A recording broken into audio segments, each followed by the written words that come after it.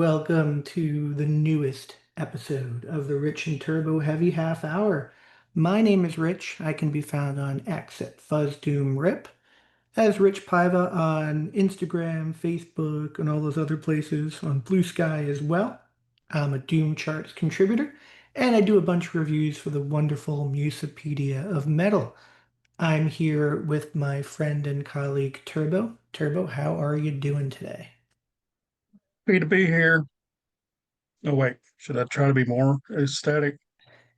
Happy to be here. Yes.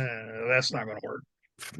So So, today, we're going to talk about our favorite records in May, and then we're going to talk to Jake from Black Honey Cult and the band most of you guys would be familiar with, Lords of Altamont. Super pumped to talk to Jake. He's a true rock star legend. So happy that he agreed to be on our show and was super cool and had so many great stories. We focused a lot on the really killer Black Honey Cult record, mostly because I love it and can't stop listening to it. So we'll get to Jake's interview in a few, but first we're I going to like it talk. too.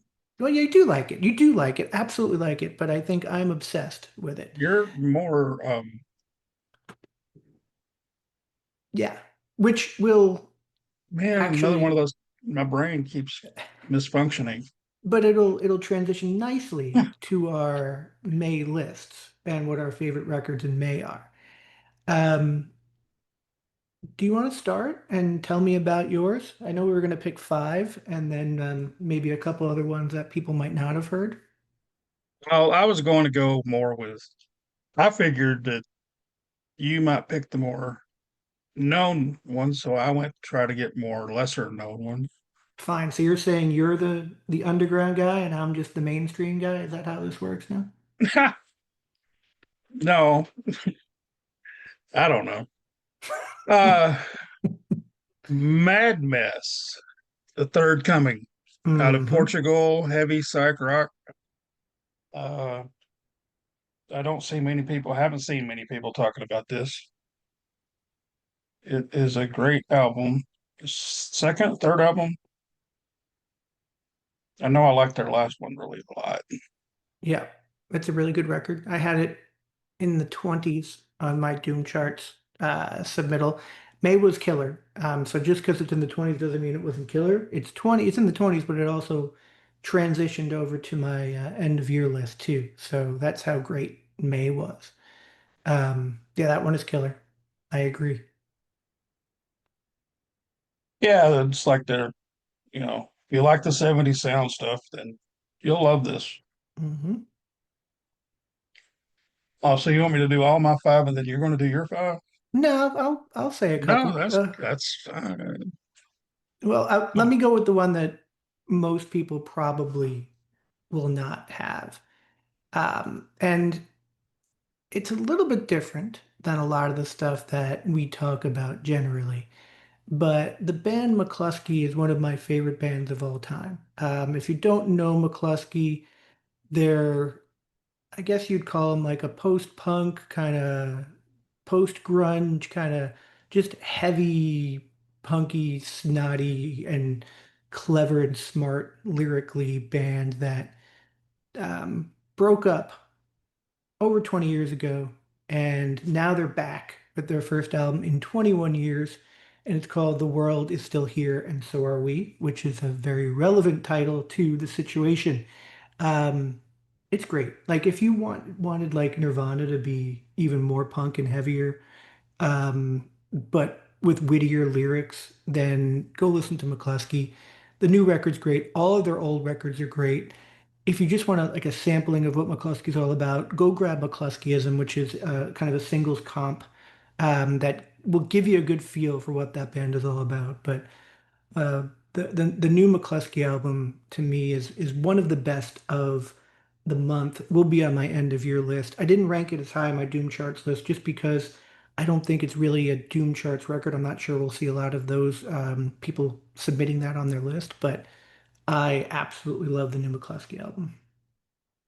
cool. Yeah, I was not familiar with that. I saw your list and I was like, who the fuck is that? And so I gave it a shot. I probably should give it another shot. It Please. didn't fit my mood at the time, but it is a lot. It's a little snotty punk, right? Yep. Yep. It is. I would say that. Absolutely. What else you got? Thamuz.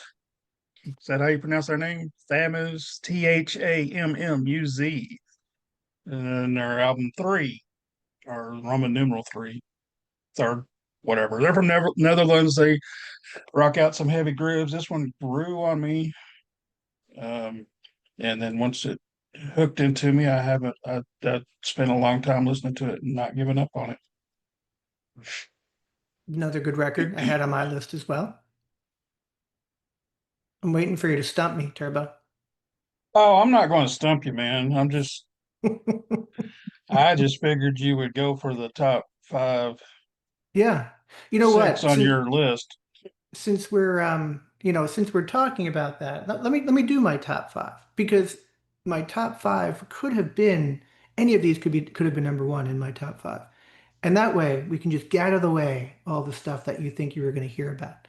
So my number five was Witch Rot Soul Seller, which we had Witch Rot on the show. The record is just really heavy and really haunting and really great.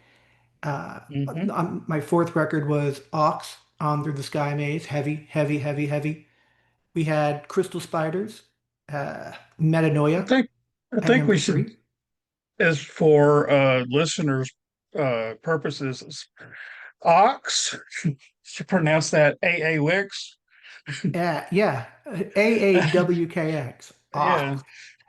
because I Um, think a lot of people may think you're saying ox like oxen, Ox. Yeah, I don't know if it's my Florida via Long Island accent or what, but yeah, AAWKS via which is Black a Throne Productions. very great, fun album, fun in the doom sense. Yep. As fun as a Doom record could possibly be. Um, Crystal Spiders was my third record. Metanoia. We had the band on the show also, and they were great. And the record is next level for them. Number Hmm. two, I had the new Kal-El record. Of course, I had the new Kal-El record at number two. Very easily could have been number one, because it just is as good as anything they've ever done before. Yep. And my number one, which makes a lot of sense given the interview we did today, is the self-titled debut from Black Honey Cult.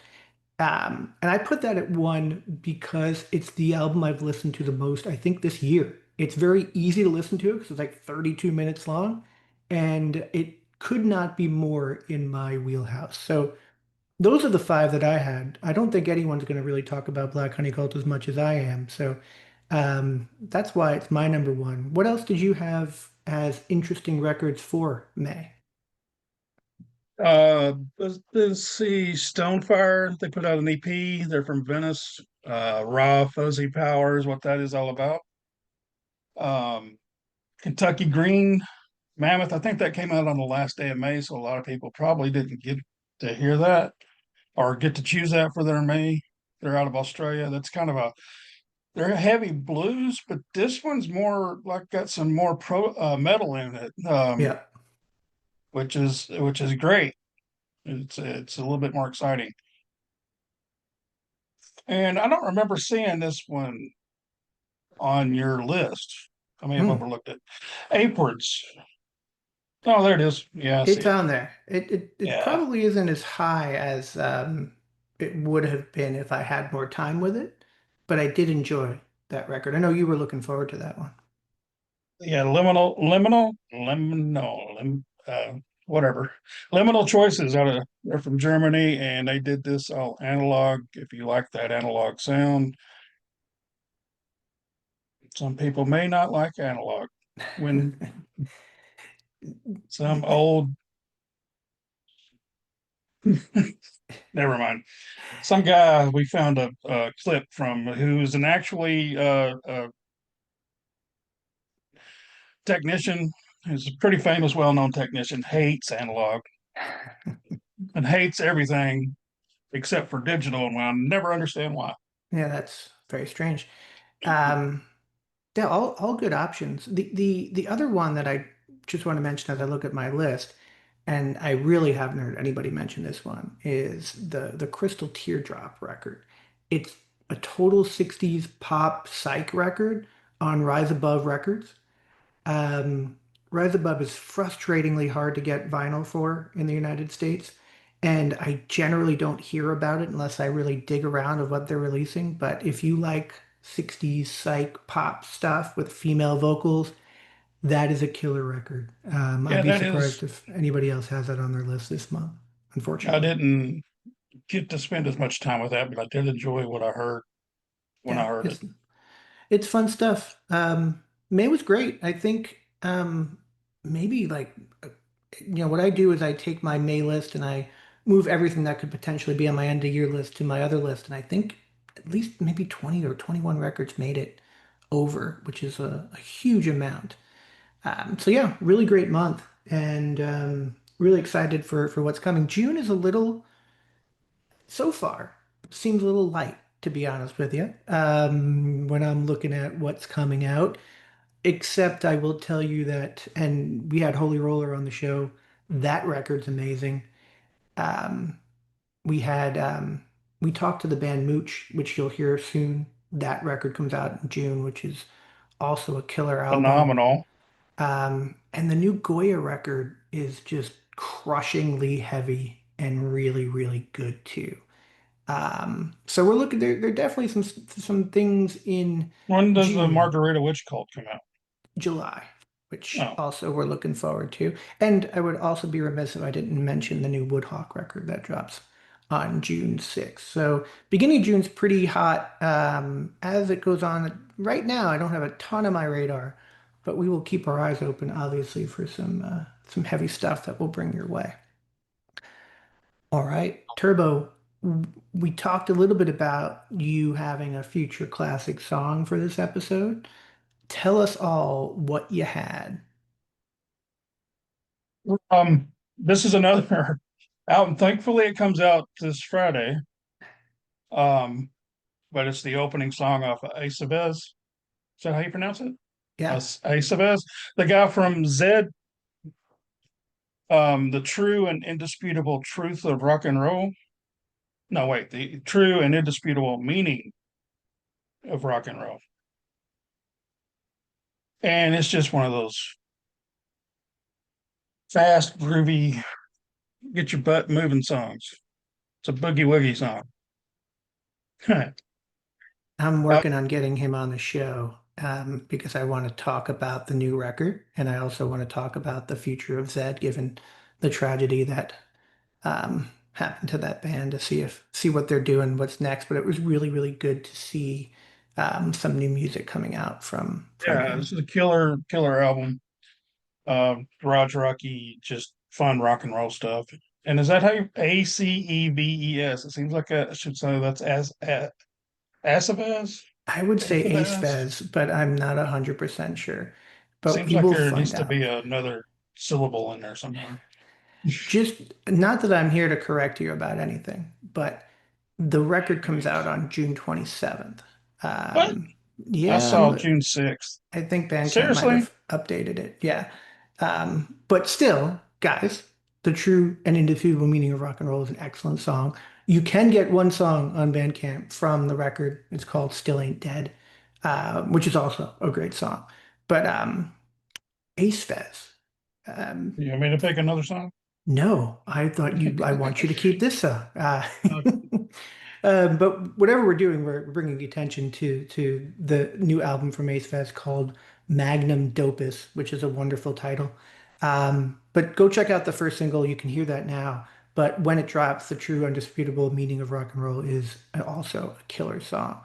Great choice, Turbo, and hopefully we'll be able to talk to um, you'll be able to talk to him in the next coming weeks as I work with his promotional people to get him on the show. cool. Awesome. All right. Awesome. Let's jump into our interview with Jake from Lords of Altamont and Black Honey Cult. Again, super fun. So many stories. We could have spent hours with him, and I'm pretty sure he would have just talked to us because that's how cool he is. So let's go to that interview now, and we'll catch you on the flip side. What's up, everybody? Welcome back to the Rich and Turbo Heavy Half Hour. We are super stoked to have Jake Cavaliere from Black Honey Cult, as well as Lords of Altamont and some other cool stuff. Jake, how are you? How you doing? I'm doing good. Great to be here. Excellent. Thank you so much. And um, when I first got the promo for the Black Honeycoat record, I didn't quite realize who was involved in the project. I just got super excited when I saw the Velvet Underground and 13th Floor Elevators. I'm like, this is for Rich. And I got super excited, and then it all kind of came together. But I read a little bit of the bio on the website. But what can you tell us about how the this band came together? Oh man, so this band was what I would call a party band. Um, I used to belong to a motorcycle club out of LA base, like good guys, not yeah, and they're having a reunion party thing every year. The different chapters meet up in LA or in Seattle, and they were doing LA, and hey, we want the Lords to play, but Lords live in Europe, and I'm like, well, I can put something together with old Lords and whoever's left in LA, so to speak, not whoever's left, but my buddies in LA. And we basically just like, well, what do you want to call it? I don't know, Black Honey Cult. That's cool. And yeah, it was just covers. It was, I guess, kind of a more of a Detroit Cobras vibe. I don't know.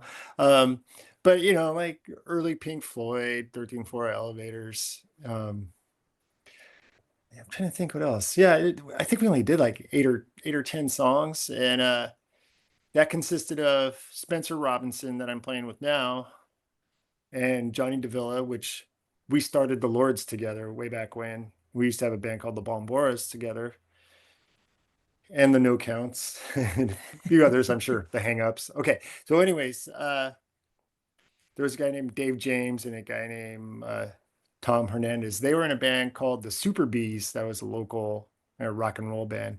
So we just joined forces, for the party, actually. And then after the party, we're like, yeah, maybe we should play some shows. We played like two more, and Tom and Dave kind of petered out. I guess I don't know. I don't know. They weren't too interested, I guess. And then we got another local guy in, gosh, John Tyree. John Tyree was from Cheap Tissue, and he just played with everybody, like Walter Lure and all that. So then we started doing more original stuff. Like really leaning into like psychedelic. And then it fell apart. I just got super busy with Lords, and everybody's in a band in various bands. So it kind of, well, we do it when we can, do it when we can. And it just kind of shelved it. It was like, oh yeah, it's a party band anyways, who cares? And then here in LA, I was getting kind of lonely, like because Lords being in Europe, I don't get to jam with them. I don't get to write with them. It's very complicated to write with that band, but we have a good time anyways. So I essentially was just touring with the Lords, and I'd come home and I wouldn't have anything to do. I mean, play with some other bands like the Sonics, but only when they call me, or the Bomboras, only when they call me. And then I started talking to Spencer. I'm like, hey, maybe we should do this band again, but I don't know, something. He's like, yeah, cool. So then we just started writing songs together. And I said, maybe we should get Johnny involved. And then we got Johnny. And then a buddy of mine I was tattooing for years. I was like, hey, you want to do it? His name's Travis. And he's kind of the younger guy in the band that's got new ideas, which makes it a lot of fun. And then an old friend, Gary, that we'd been threatening to play together forever on drums. And then here we are, just playing in LA. Excellent. I love the record. There are a lot of bands who call out like those influences, and then it sounds like the Third Strokes record, and everyone's like, "What just happened?" Where I feel like you guys get it. Are you fans of? I mean, this is sounding like an obvious question, but when I reviewed the record, I heard the Velvets, I heard 13th Floor. I heard like Jonathan Richman, like the early Modern Lovers stuff. Is that stuff that you're fans of? Obviously different than the Lord stuff, but I really hear it when I listen to that record. Yeah, you know, when we started this band, one of the issue was, well, not it wasn't an issue. I thought it was kind of a compliment, but it was an insult at the same time. Some of the other bands we play with, they're like, "Hey, you know, this is just Lords of Altamont B-sides." I'm like, Hmm. man, why do you gotta say stuff like that? But in fact, like the bands you reference are definitely what we're into. We're trying to, you know, just do whatever we want and lean into the stuff we really always like that doesn't really suit the Lords, essentially. You know what I mean? And just stuff we're into. I like people like it, like it. If they don't, fuck them. Can I say that? Sorry. You Yep, absolutely can say Okay. absolutely. that. Yeah, you know, I mean, this essentially was for us. Like, let's just make an album, let's have fun, let's play whatever the fuck we want, you know? And it was kind of what's the word? I'm trying, you know, the stress was like lifted off my back, you know, like that whole strain of like, okay, it's got to sound like a Lord song, it's got to be rock and roll, it's got to be garage punk, it's got to be exactly this. And I love all that stuff. Nothing's ever changing with that, you know what I mean? But now if we kind of drift into Velvet Underground, or you know what I mean, or even Rocky Erickson or whatever, I mean, it's we'll do it, you know. Joy Division, why not? Yeah, Or Noi, I don't know, you know. Fuck it's it, awesome. whatever you want, you know. Yeah, no constraints on that. No one judging, what you've done for decades in Lords. Now you kind of have a new outlet to do that. And I would definitely not call them Lords B-sides. These are definitely not that. I, Turbo and I were discussing it, and it kind of all came together and made sense once we thought about it. But it stands alone, like without knowing that you have that background and the guys have that background. Um, Turbo, normally I dominate the beginning of interviews, so I'll let you talk for a little while Mhm. now, Turbo. Thank you. Appreciate that. It says I'm trying to get confirmation on what kind of instruments you use, because I've read you use a Hammond, but in your copy it just says you play keys, and I wasn't sure which one. But to me, it doesn't sound like you're playing a Hammond. It sounds like you're playing something else, and I was wanting to be sure what you were kind of instruments you're using. This album, a little bit of Hammond, a little bit of Mellotron, and a lot of Farfisa, like just old classic, plug into an amp. Usually, if I use a Farfisa, I play through a Leslie, kind of gives it that vibrato, whooshy sound. So I just did it like classic 60s or 70s style, right into an amp. Yeah.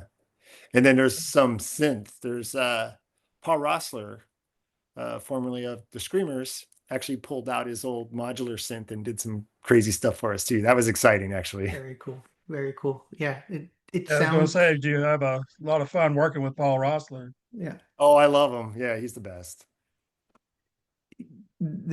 I think that's probably why it comes out so authentic too, because you guys are like using the real deal stuff and the real deal guys who are around it.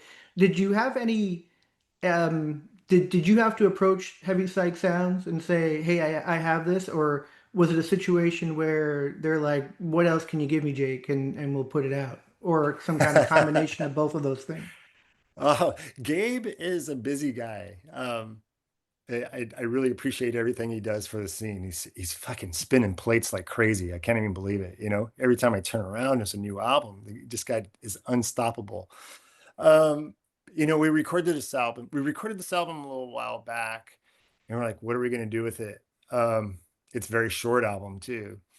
And Gabe's like, you know, this is almost an EP. I go, no, it's not. It's an album. Like, come on, it's 30 minutes, 32 minutes, right? And he's like, well, yeah. And then he kind of disappeared for a little while. And I'm like, Gabe, I'm talking to other people, but I'd rather do it with you. And then silence. And I'm like, Gabe, what's up? He's like, yes, let's do it. Okay. So then here we are. And I always appreciate the process with Heavy Psych, because he does it right. You know, he tries to promote, he tries to advertise, he does all the above, and they get into people's hands, and I appreciate that. Maybe sometimes, you know, like, man, I was looking for Acid Mammoth or Mondo Generator, and I got the Honey Cult. What the fuck is this? But I appreciate that he appreciates the diversity, and he's willing to stick his neck out, you know, so that's fucking cool. I Yeah. I appreciate it very much. Yeah. The Heavy Psych Sounds has a very wide range, but rarely do they miss when it comes, even with all those records that they release, rarely do they miss on what they put out. And it's all over the map in a good way. So yeah. Yeah. And interesting that you mentioned that he said it was a short record.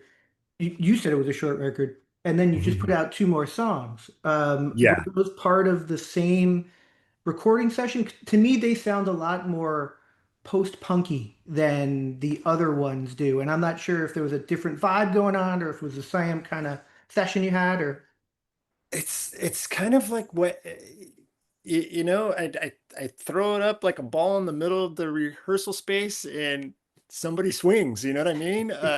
It's kind of what it turns into. I mean, I could dissect those songs if you want, but when we sent Gabe the masters, we had immediately recorded those songs with Paul again. I'm like, fuck, we like these. I wonder what we should do with them.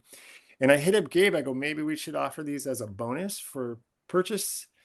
And he was just really busy. I'm like, all right. I go, why don't we just offer it to people and make it available? And we still might. Well, the goal is to put out. This sounds like another band. Put out a lot of singles, like all year, kind of thing. And then at the end of the year, put an album out with the singles and maybe more songs. And again, like with the Lords, I don't want to say I'm being held back, but we have to methodically plan an album, plan a tour schedule, plan all that. This, we're like, fuck it, we're home. You guys want to record something? Yeah, let's record something. And then we do it. That's love it. that's that's how I've been freed in Los Angeles. Finally, I get to play again, you know?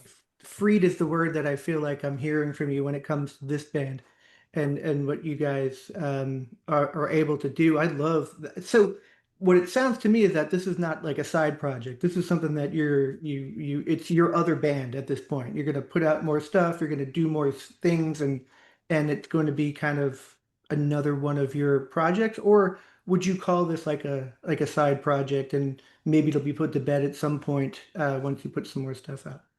Or to be Um, determined, maybe. I, I'm going to call this creative outlet. Okay. Fair. You know, everybody in the Honeycomb are in bands and they all are well embedded in their life. You know, once you get past 24, 25, things change, responsibilities change. I'm the only irresponsible one on the planet here. And, you know, my girlfriend will attest to that. I dedicated my life to rock and roll, you know, and, yeah, I mean, my coffin is gonna be my albums around me burning in my car, you know what I mean? But right now we don't plan on touring or anything like that. So I'm just happy that the guys have creative ideas and they're fun, you know? So you're right, that was a little more post-punk sounding, and it's kind of what we leaned into. But I've always been a huge fan of the Lords of the New Church. Mm. And even from when the Lords started, Lords of Altamont started, I mean, that was kind of like that was our focus. And we just like really kind of turned into whatever we turned into. Um, but I have to say, Lords are always going to be number one. Like when when we started the Lords, I mean, that was basically a result of a band that I was in that got signed and blew it, right? We had the Bomboras, we're on Zombie A Go-Go, Geffen Records, all that. We had everything handed to us, laid out, toured for a year solid, almost 300 shows, and we all ended up hating each other after. And we made lots of mistakes as 24-year-old kids, you know? And I was like, man, I'm not going to do that shit again. And that's how the Lords came about. I'm like, I don't care what happens or how it happens, but the Lords are going to exist forever, you know, one way or another. As long as I'm alive, there's going to be Lords. So then the Honey Cult's here, and yeah, we're just having fun. I just kind of go with the punches right now, you know.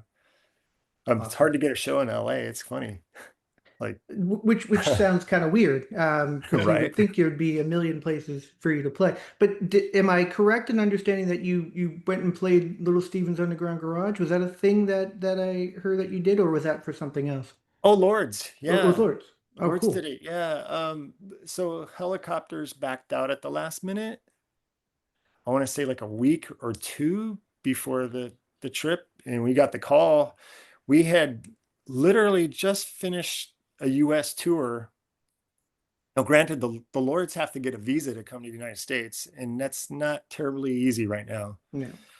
And our visa lapsed May 7th, and our cruise date started on May 9th.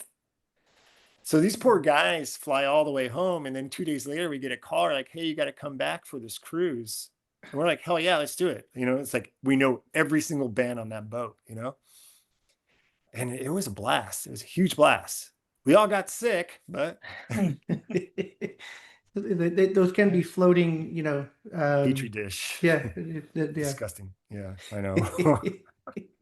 Well, yeah, like I said, that's very cool though. That unfortunate they had to fly back, but the frequent flyer miles are, I guess, probably Yeah. great at this point. Free trips at some point. Um, I have other questions, but Turbo, Cad, as usual, dominating the interview. So What I dig most, with a lot of these bands, especially with Lords of Altamont and what y'all done with Honey, Black Honey sorry, Cult. thank you. I was going to there say are a lot of Honey Death cult Cult. bands right now. Yeah, So, and you want to say the that's, word death. Every time I say it, I think death in the name also because there are so many death cult bands that we are dealing Yes, with right sure. now. but these little clips from like educational things or movies, where is this stuff you just stumble upon, or do you already have like a Rolodex full of these things or whatnot? Because Oh yeah. I dig the Oh, shit out of some of that stuff. oh, rad. Yeah, yeah. I just scour the internet for, yeah, like anti-drug PSAs and strange religious, Yeah, PSAs. It just database them, and then when it comes to time, yeah, yeah. I love that stuff. We try to use them in the Lords too sometimes. yeah. Drug You related really, usually. Yeah, you LSD really and got me me. wanting to take LSD. Yeah, question about that song. Was that based on past experience or based on you guys getting together and, creating some music or maybe a combination of both? Wait, which one? Golden Dragon or LSD and Me? LSD and Because me. okay, LSD because and me both to those start. songs are drug related. um, just sticking to the theme, really. I mean, yeah, of course, teenage years.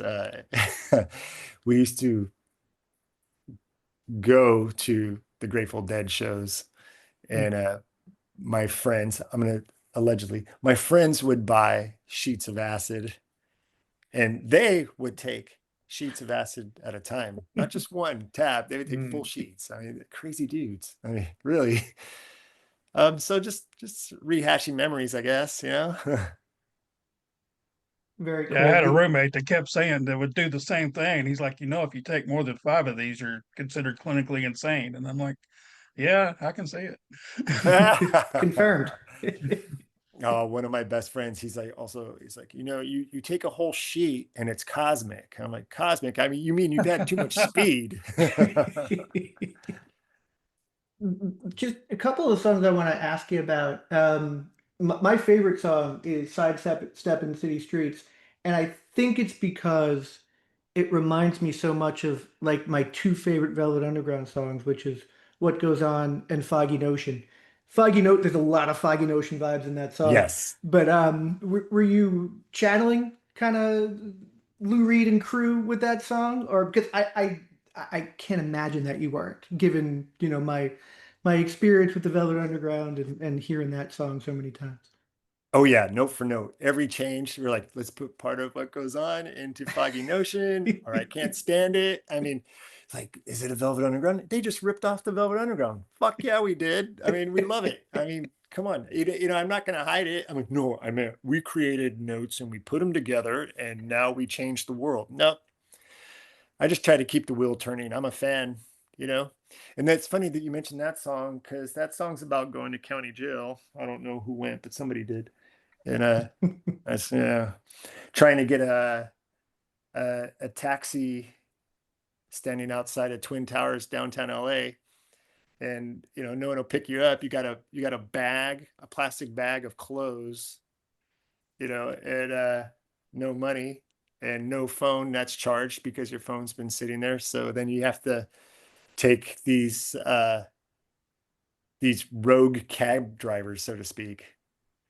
Just dude off the street. He's like, yeah, I'll take you home, $20. You're like, okay, thanks. And then, Hope for the best. yeah. Oh yeah, okay, good. So I'm definitely I'm good there because I didn't think I was crazy because There'll be more for sure. good, good. Um, any other songs that or any other like specific things that you were channeling during this? Again, I I I am flattered actually because you guys put a quote from my review on your website, which is very cool. And thank you for doing that. It's Oh, the fourth I one on appreciate there. it, man, so much. Um, and one of the things that I'm a huge fan of the Strokes' first record. And the first Strokes record, and you'll see this because in the full review, I kind of call it out. The first Strokes record where people were like, the tastemakers are like, listen to this, this is going to change your life. They're like the Velvet Underground, and cool. And then the second record was like, I don't know, a little more we want to get radio hits and do those things. And I feel like this record is like what their second record should have been because it Oh has shit. that vibe, that kind of New York City, now via LA, obviously, but Mhm. that New York City street vibe. And like you mentioned, getting thrown in county jail, waiting for a cab, like the stuff that Lou Reed would sing about back in the day in New York City, waiting for the man. And then Yeah. ultimately something like this kind of is a parallel, which is why I think it's so why I've kind of latched onto it so much. But was there anything else that you were channeling musically for the 8 tracks on the self-titled debut? Well, okay. There's a song on there. Oh God, what's it called? We had the old title called "Doing Me In." It's the "Take Me Down." Take me down. Take Me Down. I think. Yeah. That's an homage to Howlin' Wolf, actually, with a little taste of the gospel hymns and all that the Spaceman 3 used to steal from. We're like, all right, we're gonna kind of adopt that vibe. We're huge Spaceman 3 fans, we're huge Velvet Underground fans, we're huge Spiritualized fans, and uh just try to bring that all into one. But I personally huge Helen Wolf song, and anytime I can lift an idea out, I'll definitely lift that too. With paying tribute, not straight up stealing, because Yeah. I mean that's not nice, I guess. Try not to. I mean, you know, it's not like we're writing hits and I mean, everybody There, borrows from everybody at this point, right? I mean, it is what it yeah, yeah, is. yeah. So I mean, remember there was a concept a little while back ago when said this is new original thing. It's called rap metal. I'm like, thank you, but no thank you. Sometimes when you combine some of these things that new and improved, it's not a good idea. Yeah, it's not all peanut butter and chocolate Maybe I'm for wrong. sure. I don't Yeah, know. no, you're not wrong in oh, any capacity. I spent a number of hours at the Welcome to Rockville concert listening to 90s new metal bands, unfortunately realizing how terrible that era was, and how it's amazing that people still spend hundreds of dollars to go see those bands. And I just marvel at the whole thing. Um, Turbo, I'm pretty sure you hearing Howling Wolf is probably triggering some comments or questions, knowing that you're a big fan over there. I would just say that he would probably be proud to hear that, more than anything. Um, but yeah, I didn't pick up on it. I'm surprised. I need to pay Mhm. more attention. Yeah, But yeah. I guess if we took that like kind of Spaceman 3 approach or Lou Reed approach, where we're just kind of repeating stuff, but there's definitely some tributes to some lyrics in there for sure. Now, so, go ahead, Turbo. Sorry. oh no, go ahead. I was just saying awesome. Agreed. I'm looking over your shoulder, and I was going to ask you a question about What do we got there? you were a guitar tech for the Cramps at one point. Is that an Mhm. accurate statement? I can only Yeah. imagine what that was like. Was that as crazy as we might think it would be? Was that a really cool time? Was it a stressful time? What was that like? I wanted to ask him about a Spinal Tap moment about that, but go ahead. Life is a Spinal Tap moment. I swear, every step I make in life is like I'm gonna look back. They can't say that. Okay, Cramps. You know, yeah, that. Well, I'll start by saying every time they're on stage, I would completely hold my breath with complete happiness and fear at every moment that something could go wrong and I ruined the show. Okay. Um, they didn't call me a guitar tech, they didn't call me a roadie, they didn't call me a stage manager. They're like, you're our stylist. They're really funny, which I never styled anything, but they just always treated me amazing, and they're amazing people to be around. um they're really into music, and I appreciate that too. And yeah, we had our moments, sometimes a few things happened. There's some moments where like, wow, all right, Chicago House of Blues. I got hit with the mic stand and ended up with 8 stitches. Um, let's say the mic stand didn't come from the audience. um, and they're just the sweetest people. I know you want to say that they're weird and they took tons of drugs and had crazy orgies and all that. No, they were Lux and Ivy are a couple, and they keep to themselves, and they love what they love, and they're the real deal, and they're totally eye on the prize. You know what I mean? Fucking killer people. And I think my foot in the door with that was well, first they took the Bombers out a few times, and then immediately after the Lords started, and they took the Lords out. And Ivy was really sweet about it. She's like, Jake, I never take unsigned bands. We didn't even have a record yet. She's like, but I like you guys, so I'm taking you. So we did some Halloween tours. And coming home from one, they would always hire crew. They hired usually from the Fillmore in San Francisco, and they're always solid people.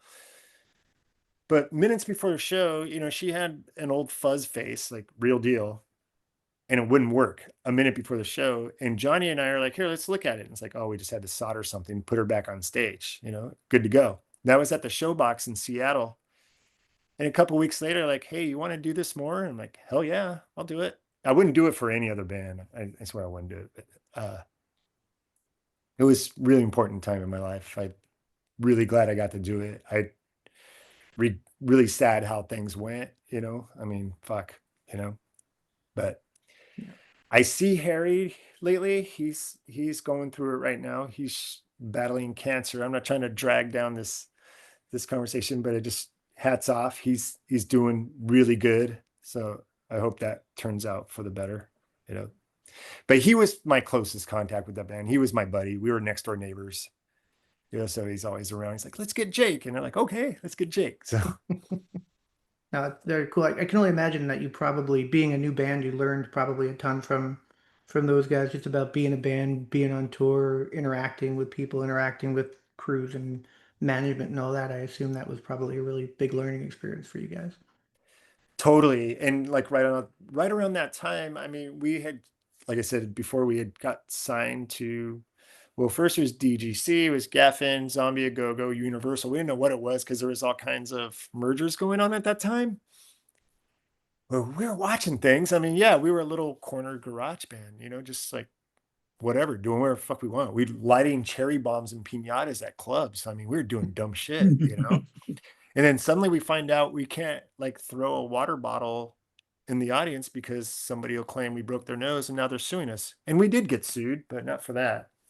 But oh well, unrelated to. I got knocked in the head once at the Trocadero in Philly. That was pretty funny. Lex threw a mic base, and it flew and chopped off the AC cable to one of the amps that Ivy was playing. So I ran back there and plugged in the other amp and got it going. And the second mic base flew, hit me right in the head. I wake up, I'm on my back like a newborn baby looking up in the sky. I don't even know what the fuck's going on. And drummer Harry's looking down, he's like, what the fuck just happened? I'm like, I don't know. Next day, they show up with this World War II helmet they want me to wear. I'm like, I can't wear this. And it just sounds like, talk about Spinal Tap. It just sounds like inside on the side of the stage. Like, I can't do this. So it was fine though. No, that's awesome. That's the kind of stuff you probably cherish that time. And speaking of cherishing, as you mentioned, there'll always be a Lords of Altamont as long as you're breathing. What's up with you guys? What's next for the Lords? If you don't mind giving us a sneak preview here, if anything is cooking. All right. So last year I made an announcement that I wasn't going to tour so much anymore. And most of it's because of my health and my family. You get to that age and there's certain times, fuck, I got to be responsible. I look at my bank account and, oh, look, there's my bank account. It's right there. You know what I mean? And yeah, okay. So, labor of love. I mean, we make money, but we have to stay on the road. You know what I mean? Because those big, huge royalty checks aren't rolling in. And that's not the goal of the band. I mean, we just want to do what we love. So anyways, saying that, I said, we're going to tour less. People got kind of weird about it. Like, oh, you broke up. I go, we didn't break up, man. I go, what has happened is we're pumping the brakes a little bit. Still a band. We're going to make wiser choices and record a new album. So we've already started it. Are you guys aware of Evan Foster from the Boss Martians? He's also in the Sonics. He produces bands up in Seattle. He has a studio called No Count. So this is the first time in years where we didn't start with Paul Rosser. So what has happened is we recorded 5 songs on a day off on the tour at No Count. I'm flying to the Netherlands in a couple weeks to do the other 6 songs or 7 songs. And then we're all going to reconvene back in LA, mix and finalize. So I expect we'll have a finished record by the end of August. And Cool. I talked to Gabe from Heavy Psych and he says, yeah, we'll plan for next spring. So, Nice. Side note, our American agent fired us because of my big mouth. I'm famous for this. But it's all working out. Everything's going to be fine. There's always another agent, so it's all good. So we'll see what that turns into. We have a new agent in Europe that we're real excited about called Rockin' Dogs, and it seems like he's hungry. So we'll see how it goes. Cool. Yeah, the idea is like less quantity and more quality. So hopefully this happens. It's amazing what the crazy fans will do when you just say basic things. Like I'm a big Guided by Voices fan, and Oh yeah. Bobby Bear is like, yeah, we're breaking up, we're not touring anymore, and like the world around the crazy Guided by Voices fans like started to wear black, and we're having a funeral for the band, and Bob's like, no, man, I have 2 new albums coming out like next week. So, Yeah. it's just amazing what like the people who are so focused, me being one of them, and the huge music fans and how much this stuff kind of means to us. And then you kind of hear what you want to hear or hear what you don't want to hear, and next thing you're being trolled for breaking up the band, even though you have a new album coming out in a few months. So it must be a wild ride being in a band that people care about.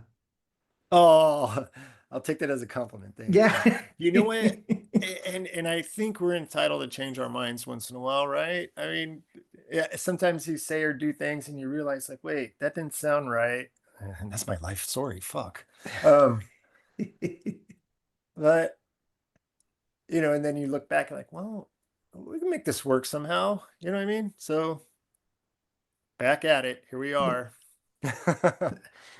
It's it must be, well, maybe not, because it sounds a little bit like a logistical nightmare having a band that lives in Europe, but it sounds like you guys have it pretty much kind of worked out how your system works and getting everybody back and forth. Are you finding it to be a huge challenge with the band, or is it something that kind of you just make it happen and you make it work?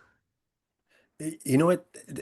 Those guys are such good people and dedicated, hardworking guys. I mean, they'll make anything work. I mean, I love that and I appreciate it. And that's one of the things that made that like decision like, whoa, man, what did I do? I just like, like burned a bunch of bridges. No, no, we're good and we all understand, but the logistics can be hard. Songwriting's kind of funny. So every couple days they'll send me a track and then I make notes and then I'll sit on my computer and edit and play on top of it and send it back. And my guitar playing's real bad, but I guess it gets the point across. And I have to be careful because they'll take me literal. I'm like, no, do your thing. Don't do my thing. It's like, oh my God, we really do sound like some little like back from the grave or Pebbles garage punk thing sometimes, like learning how to play in a church or something. Hey, Those guys are so good. I bet you have an audience for those tapes too, back and forth. The rehearsal tapes, the demo tapes. I bet you that there's an audience for people who would sit and listen and break those down note by note, given the fandom of the band. When I'm dead. Open up the vault. Open up the vault. Uh, Turbo, we've kept Jake past longer than we said we were going to. What other questions do you have for him? Just on the name Black Honey Cult, you said to just kind of throw that out there, but the process of making black honey is like is a process of making coffee. So I wasn't sure if there was a coffee influence on the name or anything like that. I love that. I love that. Well, I, I like it to be interpreted for sure. Dare I say what it is exactly? I don't know if I should, but I do know one time a friend of mine came up, he's like, yeah, man, black honey, that's deep, man. Tar, heroin. I'm like, I've never done heroin in my life, and it's not what I'm talking about. But okay, yeah, if whatever you deep thinker rock and rollers want to call it about that, then okay. But it's not about heroin. But I guess it could be. You guys are ready for it, huh? Well, truthfully, like Black Honey Cult, myself, I've always been fascinated with cults. So to start with that, just that all together. But Black Honey, I was just reading one day about this is so lame. About how China sells America like counterfeit honey for their food products, and we call it honey, and it's actually not. It's just garbage sugar crap that they've made because bees are. You guys are. This sucks. No, man, No, this is this awesome. is deeper than any band name. We ask this question all the time, and this is probably the most Uh, interesting answer that I've heard. so bees are protected, right, to a certain extent in the United States, and they can only produce so much honey and be distributed. And these giant companies, big sugar companies like Cereal and Nature Valley and all these companies like that, need to acquire heaps of honey, and China doesn't care, so they send it to them, and they call it black honey, because it's on the black market. And I'm like, we're the Black Honey Cult. It was just like one day. God, what a letdown. Seriously, No, the most interesting answer we've had for a band name. 60% of the time, the guys are like, "I would just pull that name out of the air." Yeah, We've had some people who made up fun stories of what the name came from, but sure. that was like a legit story of where. and it So has many layers to it. yes, there's lots of layers to that. There's the geopolitical layer to it, the health layer to it. There's you being a deep thinker and just sitting looking about how honey gets to America from China. I love it. That's the deepest Right on. name that I think we've come up with so far. So thank you for that, Jake. Oh, It was not as lame as you thought it was going to be, in my opinion. the mystery has been unveiled, right? Yes, No. absolutely. Jake, thank you so much for coming on our show. I know I bugged you a bunch, and I bugged you a bunch while you were sick too, not knowing that you were sick. So I apologize for that, but was really really excited to be able to have you come on the show. Um, you're I don't know if you know what the Doom charts are, but it's basically like a heavy underground kind of chart that comes out once a month, and I'm a contributor there. And your record was my number one this month, Ah, I and appreciate it, man. Yeah. I love it. Like I can't get enough of it. These guys probably, they're my buddies are all probably just crazy from me talking about it so much, but will be in my top five of the year, and I'm just super excited for what we hear next from Black Honeycult, from Lords, and I hope come back and talk to us again whenever you want, and when Lords have something new, or just if you want to bullshit for a half hour, just let us know. Oh, hell yeah, man. I appreciate it. I had a real good time with you guys too. Thank you so Yeah. much. No Thanks problem. a Thank you lot, so man. much. I hope you dug that interview with Jake. He is just a fountain of fun stories of rock and roll history, underground rock and roll history, and just would love to spend hours with him just hearing all about it. And if you haven't heard the new Black Honey Cult record, please go do so. And if you don't know Lords of Altamont, what are you doing? Go figure out what you've been missing. Hmm. We have a ton of really awesome interviews coming up. We had only just a couple, and then the floodgates just opened with some just amazing bands that are willing to come on our show and talk to us. So keep your eye out. Subscribe to our podcast on Podbean or wherever the hell else you get these from. We appreciate you listening. And again, my name is Rich. Find me on X at Fuzz Doom Rip and all the other socials, and Doom Charts contributor and writer for Musipedia of Metal. And Turbo, why don't you take us home? We especially love the one single person in every country Yes. that shows There, up on our stat list. We love everybody, but it's funny to see some countries where just one person from this whole country is listening to us. what I'm hoping is that the guy from Botswana has it on like a speaker and is playing it for the whole town that he lives in. That's what I'm hoping at this point. But awesome. Thank you for listening. Keep it heavy and play it loud. Till next time. See ya.